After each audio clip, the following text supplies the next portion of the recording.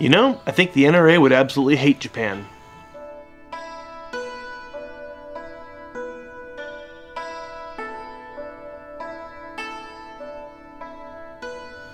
One thing you probably don't hear too much about when talking about Japan is guns. Now, of course, there are guns in Japan. Police have them, military has them.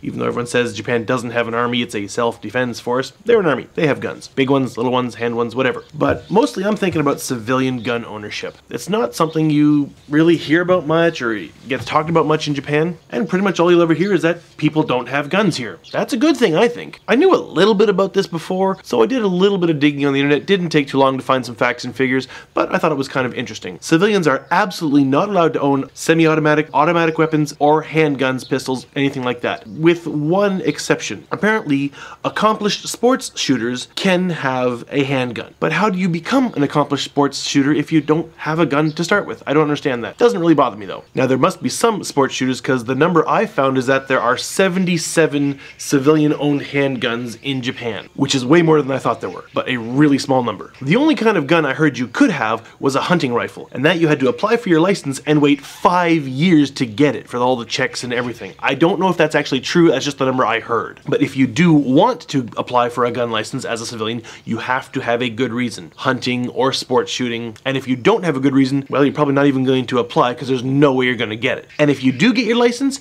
you have to reapply and retest every 3 years. Also a good thing, I think. You know, you need background checks and mental health checks, but there's nothing in there about if you're guilty of a domestic violence crime or any kind of violent crime. It doesn't necessarily rule you out for gun ownership, which I think is a bad thing. You must be 18 years old, which seems a little unusual to me because legal adult is 20 in Japan. And if you do get your license, all gun purchases, all ammo purchases are recorded and monitored by the store that sells them to you, and then the registration is sent to the government. Also a good idea. But if you do have your license, there are no limits on how many guns or how much ammo you can buy. This seems a little unusual to me. One of the strangest things I thought was the carrying permit. If somehow you manage to get your gun license, you've got your gun, you are not allowed to carry it openly, but you are allowed to carry it concealed if you have a concealed permit. But considering the low level of crime in Japan, I don't see why anyone would need to carry the concealed weapon. Now, this is only about legally registered guns. Illegal, unregistered guns, well, I don't know how many there are, but if you're caught with an illegal, unregistered gun, it's 15 years in jail. Well, maximum. Hopefully, people get the maximum. And all illegal weapons that are seized, all surplus weapons the government has, and any collected weapons, so I guess if someone says, I don't need my gun anymore and turns it in, none of them go to resale. All of them are destroyed. Just as one little comparison, Japan to the US, because when you're talking about guns, everyone compares to the US, right? By the numbers I found, for every 100 people in the US, there are 101 guns. For every 100 people in Japan, there are 0.25 guns. Number of gun deaths? Well, the numbers I found every year average to about around 40 deaths a year for gun homicides. The last year I found was 2008, there were only 11. America was over 1,000 times as many. So by population, there are over 400 times as many guns in the US as there are in Japan,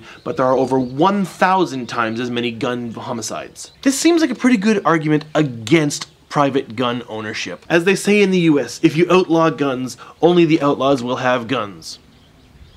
Sounds fine to me. I have lived in Japan for almost 14 years now, and I've only heard of one gun incident. In Kurume a few years back, a couple rival Yakuza groups had a shootout behind a kindergarten. They had to in front of a kindergarten. They had to rush all the kids out the back door of the kindergarten. You know, most of the gun violence is criminals against other criminals. Now, I don't like gun violence of any kind, but if it's gonna happen, that's the best way for it to happen. You can make whatever kind of conclusions you want from this. Personally, I think not having guns here is a good thing. It makes the country feel safer. I don't think anyone here feels deprived not having firearms. I don't think anyone here feels they need to have a gun to protect their home and protect their family. I don't see a need to have privately owned firearms. Maybe some people say, well, the US is more dangerous, so you have to have a gun to protect yourself. It's probably more dangerous because people have guns to protect themselves. Get rid of the guns, probably won't be as dangerous. Like I said, I'm not gonna change anyone's opinion, but I just felt like saying this. There are hardly any guns here.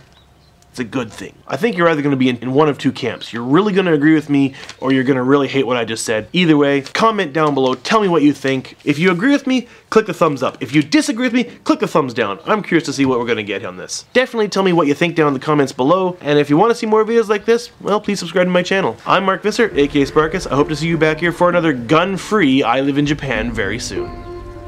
you.